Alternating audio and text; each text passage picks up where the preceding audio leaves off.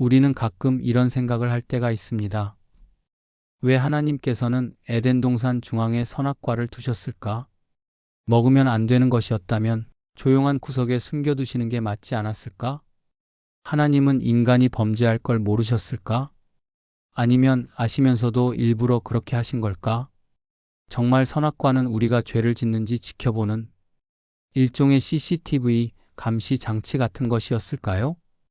그렇게 생각하면 하나님이 조금은 무섭게 느껴집니다. 마치 우리의 실수를 기다리고 잘못을 찾아내려는 분처럼 느껴질 때가 있죠. 하지만 하나님은 그런 분이 아니십니다. 이 문제를 조금 다르게 생각해 보면 어떨까요? 하나님과 사람의 관계를 우리 사람들 사이의 관계로 바꿔서 본다면 조금 더 이해가 쉬워집니다. 우리가 누군가를 사랑할 때, 특히 사랑하는 연인과 커플링을 나눠 낄 때를 생각해 보세요. 그 반지를 끼는 건 누가 강요해서가 아니라 내가 사랑해서 하는 일입니다. 해야 하니까 어쩔 수 없이가 아니라 하고 싶어서 스스로 손가락에 끼우는 거죠. 그 반지는 단순한 장식이 아니라 나는 이 사람을 사랑합니다라는 약속의 표시입니다. 그렇다고 해서 반지가 상대방을 감시하는 도구는 아니잖아요. 그건 사랑의 증표이지 속박의 표시가 아닙니다. 그렇기에 선악과는 감시의 나무가 아니었습니다. 하나님이 인간을 시험하시려고 두신 함정이 아니라 나는 너를 사랑한다는 하나님의 선언이었습니다. 사랑은 강요될 수 없습니다. 사랑은 자유 안에서만 피어납니다. 누군가를 진심으로 사랑할 때 그 사람에게 선택할 자유를 주는 것처럼 하나님도 우리에게 그 자유를 주신 겁니다. 그러니 선악과는 하나님이 인간의 행동을 관찰하기 위한 감시 장치가 아니라 사랑과 신뢰를 확인하는 자리였습니다. 우리가 하나님을 믿는다는 것은 그분이 주신 자유를 올바르게 사용할 수 있다는 신뢰의 표현이기도 합니다.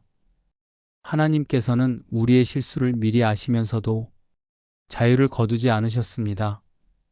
왜냐하면 진짜 사랑은 언제나 자유와 함께 존재하기 때문입니다. 사랑에는 위험이 따르고 그 위험 속에서만 진짜 신뢰가 자랍니다. 에덴 동산 중앙의 선악과는 하나님이 인간을 통제하려는 표식이 아니라 그분이 인간을 얼마나 신뢰하셨는지를 보여주는 증거였습니다. 그건 감시의 눈이 아니라 사랑의 마음으로 세워진 나무였습니다. 오늘은 성경 말씀을 통해 우리가 선악과에 대해 오해하고 있었던 부분들을 돌아보며 하나님께서 왜 그 나무를 보이지 않는 구석이 아닌 동산 중앙에 두셨는지를 다시금 생각해 보면 좋겠습니다. 하나님께서는 에덴 동산 중앙에 선악과를 심으셨습니다. 그리고 아담에게 말씀하셨죠. 동산의 모든 나무의 열매는 마음껏 먹어라. 하지만 중앙에 있는 선악과의 열매는 먹지 말라. 그것을 먹는 날에는 반드시 죽을 것이다. 그 말씀은 단순한 금지의 명령이 아니라 하나님과 인간의 관계를 지켜주는 경계의 말씀이었습니다. 그때 에덴은 참으로 평안했습니다. 모든 것이 조화롭고 사람에게 부족한 것이 없었습니다. 먹을 것도 풍성했고 노력하지 않아도 열매가 열렸습니다. 무엇보다 하나님과의 관계가 참 좋았습니다. 하나님이 오시면 마치 아빠가 퇴근해서 돌아올 때 아이들이 달려나가는 것처럼 아담과 하와는 기쁘게 하나님께 달려나왔습니다. 그분의 음성을 듣는 것 자체가 행복이었죠. 사람과 사람의 관계도 아름다웠습니다. 이는 내 뼈 중에 뼈요, 살 중에 살이라. 서로가 서로를 향해 기쁨으로 웃었습니다. 그야말로 완전한 평화와 사랑의 공간이었습니다. 그런데 그 완전함의 한가운데 다른 존재가 등장합니다. 뱀은 아무런 위협도 폭력도 없이 부드럽고 교묘한 말로 다가왔습니다. 하나님이 정말 동산의 모든 나무의 열매를 먹지 말라고 하셨니? 하와는 당당하게 대답했습니다. 아니요, 하나님은 동산의 모든 열매를 먹되 중앙의 선악과는 먹지도 만지지도 말라 하셨어요. 먹으면 혹시 죽을지도 모른다고 하셨어요. 그런데 뱀은 여기서 강력하게 의심의 씨앗을 던집니다. 처음에는 부드럽게 다가온 뱀이 어느 순간 하나님의 말씀을 정면으로 뒤집어 버립니다. 아니, 절대 죽지 않아. 하나님이 그 열매를 먹지 말라고 하신 건 너희가 하나님처럼 될까봐 그러신 거야. 그분은 제일 좋은 건 너희에게 안 주신 거야. 그 말은 하와의 마음을 흔들었습니다. 정말 그럴까? 정말 하나님이 우리에게 모든 걸 주신 게 아닐까? 그때부터 선악과는 먹고 말고의 문제가 아니라 누구의 말을 신뢰할 것인가의 문제가 되었습니다. 하나님의 말씀을 믿을 것인가? 아니면 다른 목소리를 따라갈 것인가? 하와의 눈에는 그 열매가 더 이상 평범하게 보이지 않았습니다. 성경은 이렇게 기록합니다. 그 나무의 열매가 먹음직도 하고 보암직도 하고 지혜롭게 할 만큼 탐스럽게 보였다. 하나님을 향하던 시선이 그분의 말씀에서 열매로 옮겨가자 욕망이 믿음을 대신했습니다. 그리고 결국 하와는 그 열매를 따서 먹었습니다. 함께 있던 아담도 그 열매를 받았습니다. 하지만 그 순간 열매를 먹었다고 해서 신처럼 된 것은 아니었습니다. 오히려 자신이 얼마나 연약한 존재인지, 하나님을 떠난 인간이 얼마나 두려운지를 깨닫게 되었습니다. 에덴에서의 첫 번째 죄는 불순종의 행동이었지만 그 시작은 신뢰의 무너짐이었습니다. 하나님이 말씀하신 진리를 믿지 못하고 다른 목소리를 선택한 순간이 바로 죄의 시작이었습니다. 뱀은 지금도 같은 말을 반복합니다. 하나님이 너에게 정말 좋은 걸 주셨을까? 그분이 널 사랑하신다면 왜 그걸 허락하지 않으셨을까? 그 의심이 시작되는 순간 우리 마음의 에덴은 조금씩 무너집니다. 하지만 반대로 하나님의 말씀을 다시 신뢰하기 시작할 때 우리는 다시 에덴의 문을 향해 걸어가게 됩니다. 하나님은 여전히 묻고 계십니다. 너는 누구의 말을 믿겠니? 선악과의 이야기는 결국 하나님과 인간 사이의 신뢰 이야기입니다. 그 신뢰가 깨질 때 관계가 무너지고 그 신뢰가 회복될 때 다시 생명이 흘러옵니다. 그럼 하나님께서는 이렇게 중요한 선악과를 왜 하필이면 동산의 중앙에 두셨을까요? 조용한 구석에 두셨다면 아담과 하와가 굳이 바라볼 일도 없었을 텐데 말이죠. 성경은 말합니다. 여호와 하나님이 그 사람을 에덴 동산에 두사 그것을 다스리며 지키게 하시고 아담은 에덴에서 일을 했습니다. 물론 지금의 먹고 살기 위한 노동이 아니라 기쁨이 담긴 가꾸는 일이었죠. 아담은 열매를 따며 토양을 일구며 짐승에게 이름을 붙이며 동산의 모든 것을 돌보았습니다. 그가 어느 곳에서 일하든지 늘 눈에 들어오는 곳이 있었습니다. 바로 중앙 선악과가 있는 자리였습니다. 아담이 사과나무를 손질하다가도 한 번은 그 나무를 바라봤을 겁니다. 소에게 여물을 주다가도 밭을 갈다가도 그의 시선은 어느새 중앙으로 향했을 겁니다. 그때 아담은 무슨 생각을 했을까요? 아마 이렇게 다짐했을지도 모릅니다. 그래, 이 모든 것은 하나님께서 주신 거야. 나는 주인이 아니라 맡은 자야. 이 동산의 주인은 하나님이시지. 하나님이 나의 왕이시지. 마치 결혼한 사람이 반지를 보며 사랑하는 배우자를 떠올리는 것처럼요. 반지를 볼 때마다 그 약속의 마음을 되새기는 것처럼요. 만약 반지를 보며 결혼은 참 답답한 지옥이다. 이 반지 때문에 다른 이성을 만날 자유를 잃었다. 이렇게 느낀다면 그건 이미 관계가 병든 상태겠죠. 선악과도 마찬가지였습니다. 하나님은 그것을 사랑의 표징으로 두셨습니다. 그 나무를 볼 때마다 하나님을 떠올리고 그분의 사랑과 신뢰를 기억하도록 말입니다. 그렇다면 하나님이 선악과를 동산 중앙에 두신 이유는 무엇일까요? 그 이유를 세 가지로 정리해 볼 수 있습니다. 첫째, 하나님께서 선악과를 동산의 중앙에 두신 이유는 그 나무를 볼 때마다 하나님을 기억하기 위함이었습니다. 에덴의 중앙은 눈에 가장 잘 띄는 자리였습니다. 어디에서 일을 하든 어디를 가든 그 나무는 언제나 시야에 들어왔습니다. 하나님은 아담이 그 나무를 볼 때마다 자연스럽게 하나님을 생각하길 원하셨습니다. 이 모든 것을 허락하신 분은 하나님이시지. 나는 그분의 사랑 안에 살고 있지. 이 동산의 주인은 하나님이시지. 이런 마음이 매일 새로워지도록 말입니다. 선악과는 하나님이 주신 수많은 복들 가운데 한 가지를 기억하게 만드는 표시였습니다. 바로 에덴 동산의 풍성함보다 하나님을 기억하기 위함이었죠.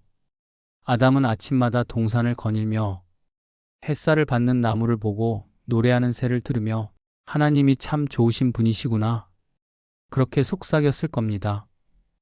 그러나 인간의 마음은 풍요 속에서 쉽게 있습니다. 아무 문제 없을 때 우리는 종종 하나님을 잠시 잊어버립니다. 이 모든 게 내 힘과 노력으로 된 거지. 이런 걸 해내다니 나는 참 괜찮은 사람이지. 그렇게 생각하기 시작하면 감사는 사라지고 교만이 싹 트죠. 그래서 하나님은 에덴의 중심에 그 나무를 두셨습니다. 보아라, 너의 모든 삶은 내 사랑 안에 있다. 그걸 잊지 않게 하시기 위해서요. 그 나무는 일종의 마음의 나침반이었습니다. 어디로 가든지 무엇을 하든지 방향을 잃지 않도록 중심을 잡아주는 기준이었죠. 우리 삶도 마찬가지입니다. 하루를 살다 보면 우리의 마음은 참 쉽게 중심을 잃습니다. 일이 잘 풀릴 땐 교만해지고 힘들 땐 불평이 앞서죠. 바쁘게 살다 보면 하나님 생각은 뒤로 밀려납니다. 하지만 문득 성경을 펴거나 하늘을 바라보거나 누군가의 따뜻한 말 한마디를 통해 다시 하나님을 떠올릴 때가 있습니다. 그 순간이 바로 우리 삶의 선악과의 자리입니다. 우리에게도 하나님은 기억의 나무를 주셨습니다. 누구를 만나든 무슨 일을 하든 하나님을 중심에 두는 삶, 그게 바로 에덴의 마음입니다. 사람을 만날 때도, 일을 할 때도, 결정을 내릴 때도 하나님이 내 위에 계시지, 하나님이 나의 왕이시지, 그 고백이 떠오르는 삶입니다. 예를 들어 하루의 일과 중 잠시 커피를 마실 때 이 시간도 주님이 허락하신 은혜지, 집안일을 하거나 출근길에 차를 몰 때 하나님이 오늘도 나를 지켜주시는구나, 이렇게 생각한다면 그 자체가 우리의 마음속 중앙에 선악과를 둔 삶입니다. 하나님이 원하신 건 바로 그것이었습니다. 단순히 먹지 말라는 금지가 아니라 하루하루 하나님을 기억하게 하려는 사랑의 장치였죠. 아담이 선악과를 바라볼 때마다 하나님을 떠올린 것처럼 우리도 삶의 중심에 하나님을 바라볼 때 삶의 방향이 달라집니다. 문제가 있어도 흔들리지 않고 평안할 때도 교만하지 않습니다. 하나님은 우리가 하루를 살아가며 그분을 잊지 않기를 원하십니다. 선악과를 중앙에 두신 이유는 그분이 우리의 마음도 그렇게 중심에 두길 바라셨기 때문입니다. 둘째, 건강한 관계에는 분명한 선이 있습니다. 요즘은 아빠와 아들이 친구처럼 지내는 모습을 자주 봅니다.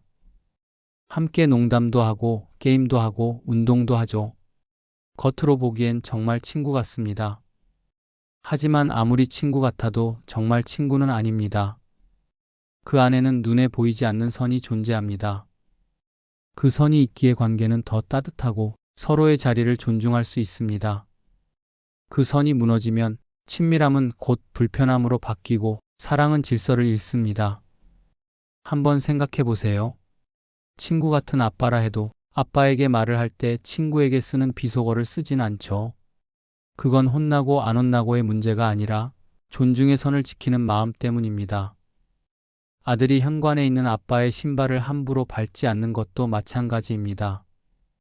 그건 더러워질까봐가 아니라 이건 아빠의 자리야 하는 마음 때문이죠.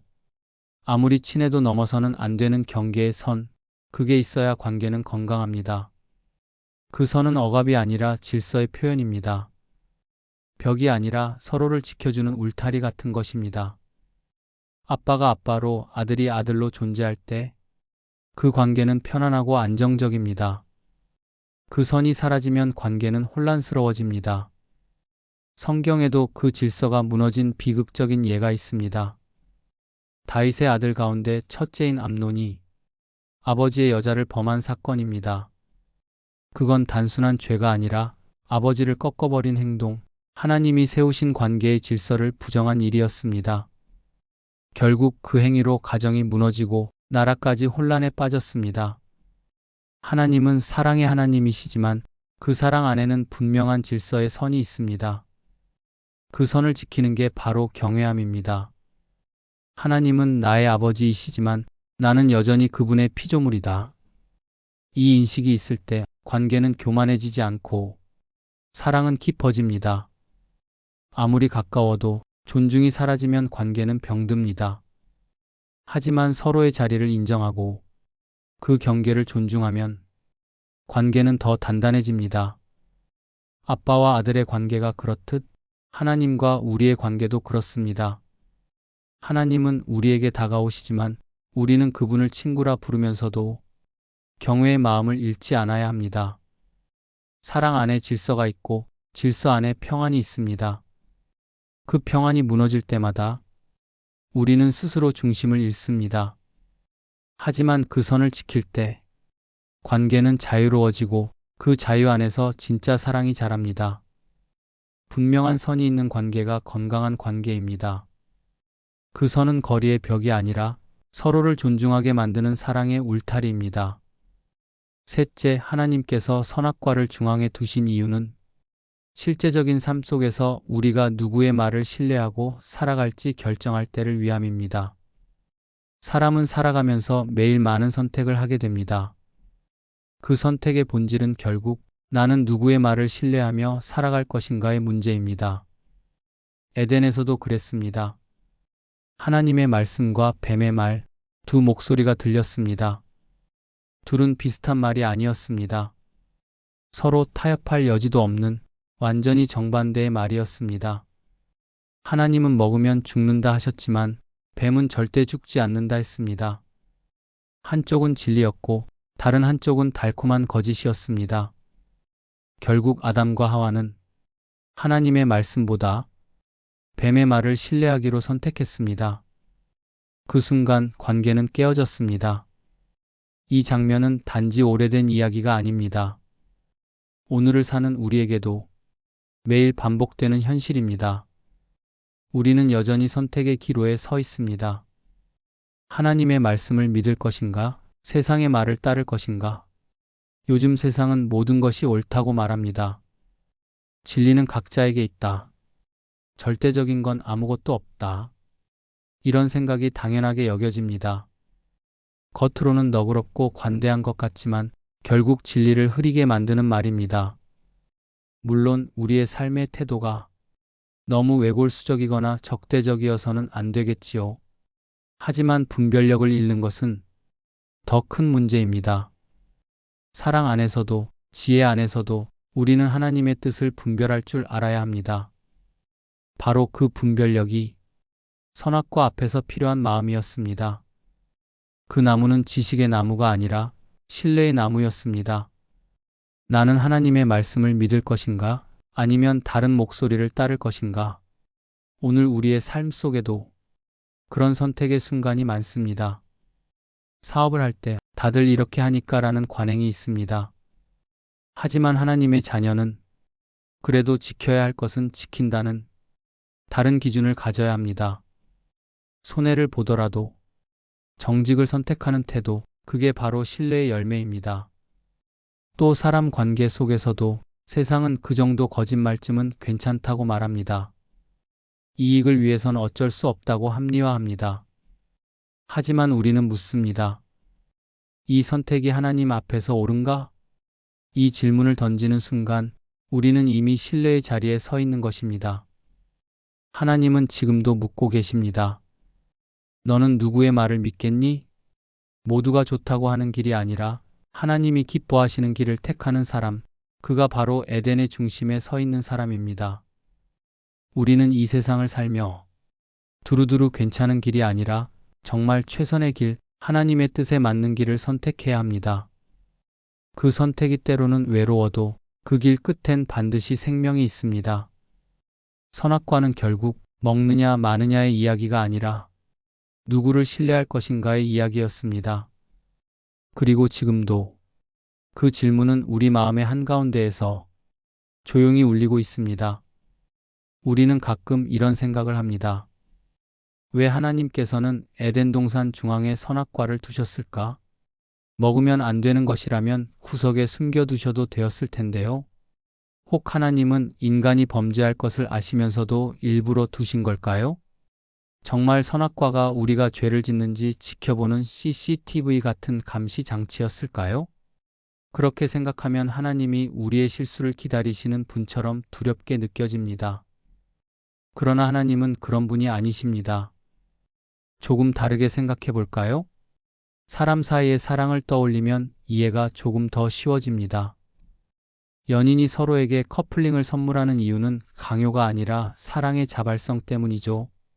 그 반지는 단순한 장식이 아니라 나는 이 사람을 사랑합니다 라는 약속의 표시입니다. 하지만 그 반지는 상대를 감시하기 위한 도구가 아닙니다. 선악과도 마찬가지였습니다. 하나님이 인간을 시험하려 두신 덫이 아니라 나는 너를 신뢰한다는 하나님의 선언이었습니다. 사랑은 자유 안에서만 피어납니다.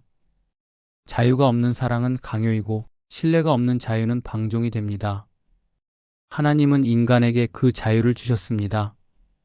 그 자유에는 위험이 따르지만 바로 그 위험 속에서만 진짜 신뢰가 자라납니다. 그래서 에덴 동산의 중앙에 선악과를 두신 것입니다. 그건 감시의 눈이 아니라 사랑의 마음으로 세워진 나무였습니다. 에덴은 완전했습니다. 하나님이 오시면 아담과 하와는 아이가 아버지께 달려가듯 기뻐하며 달려나갔습니다. 그분의 음성을 듣는 것만으로도 행복했습니다. 하지만 그 완전한 사랑의 한가운데 뱀이 나타났습니다. 정말 죽지 않아. 하나님이 너희가 하나님처럼 될까봐 그랬을 뿐이야. 그 한마디가 의심의 씨앗이 되었습니다. 그때부터 선악과는 단순히 먹고 말고의 문제가 아니라 누구의 말을 신뢰할 것인가의 문제가 되었습니다. 욕망이 믿음을 대신했고 신뢰가 무너졌습니다. 죄의 시작은 행동이 아니라 신뢰의 붕괴였습니다. 그렇다면 하나님은 왜 그 나무를 하필 중앙에 두셨을까요? 첫째, 하나님을 늘 기억하게 하시기 위함이었습니다. 어디서 무엇을 하든 보이는 곳에 두심으로 이 모든 것은 하나님께서 주셨다는 고백을 잊지 않게 하셨습니다. 선악과는 에덴의 풍성함보다 하나님을 기억하게 하는 기억의 중심표였습니다. 둘째, 관계에는 선이 필요하기 때문입니다. 아무리 친밀한 관계라도 경계가 있어야 건강합니다. 친한 아버지와 아들도 아버지께 친구 말투를 쓰지 않습니다. 현관의 아버지 신발을 밟지 않는 것도 존중의 선이 있기 때문입니다. 그 선은 억압이 아니라 사랑을 지키는 울타리입니다. 셋째, 신뢰를 선택하게 하시기 위함이었습니다. 하나님은 먹으면 죽는다 하셨고 뱀은 죽지 않는다 했습니다.